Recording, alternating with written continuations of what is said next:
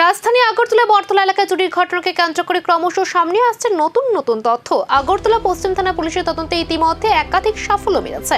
ঘটনাকে কেন্দ্র করে আগরতলা পশ্চিম থানায় একটি মামলা দায়ের করা হয়। মামলার তদন্তে নেমে পুলিশ ইতিমধ্যে বড় সাফল্য পেয়েছে। এই ঘটনায় জড়িত থাকার অভিযোগে এখনো পর্যন্ত মোট 7 জনকে আটক করেছে পশ্চিম থানার পুলিশ। এরই ধারাবাহিকতায় আজও আরও 2 জনকে আটক করা হয়েছে। পুলিশ সূত্রে জানা গেছে, ধৃতদের কাছ থেকে একটি স্বর্ণের চেন উদ্ধার করা হয়েছে। ঘটনার পেছনে আরও কারা জড়িত আছে তা জানতে গভীর তদন্ত শুরু করেছে পুলিশ। 23 তারিখ আমাদের এখানে একটা এজাহার করা হয়েছিল, চুরির এজাহার। তার পরিপ্রেক্ষিতে আমরা প্রথমে 3 জন হ্যাবিচুয়াল প্রপার্টি অফেন্ডার যারা চুরির সঙ্গে যুক্ত 3 জনকে আমরা গ্রেপ্তার করেছিলাম। শিবু সাহা, সুরজিৎ দেবনাথ এবং সজল সরকার, এই 3 জনকে আমরা প্রথমে অ্যারেস্ট করেছিলাম।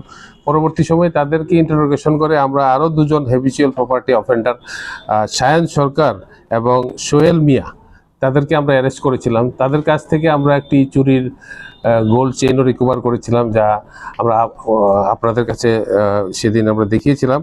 পরবর্তী সময়ে তাদেরকে ইন্টারোগেশন করে আমরা তাদের গ্যাংয়ের আরও 2 জন মেম্বার, অ্যাক্টিভ মেম্বার যারা আগরতলা শহরে। পুলিশের এই ধারাবাহিক সাফল্য কি শেষ পর্যন্ত পৌঁছাবে পুরো চুরির চক্রের মূল পাণ্ডাদের কাছে, নাকি এর পেছনে লুকিয়ে আছে আরও বড় কোনো চাঞ্চল্যকর তথ্য?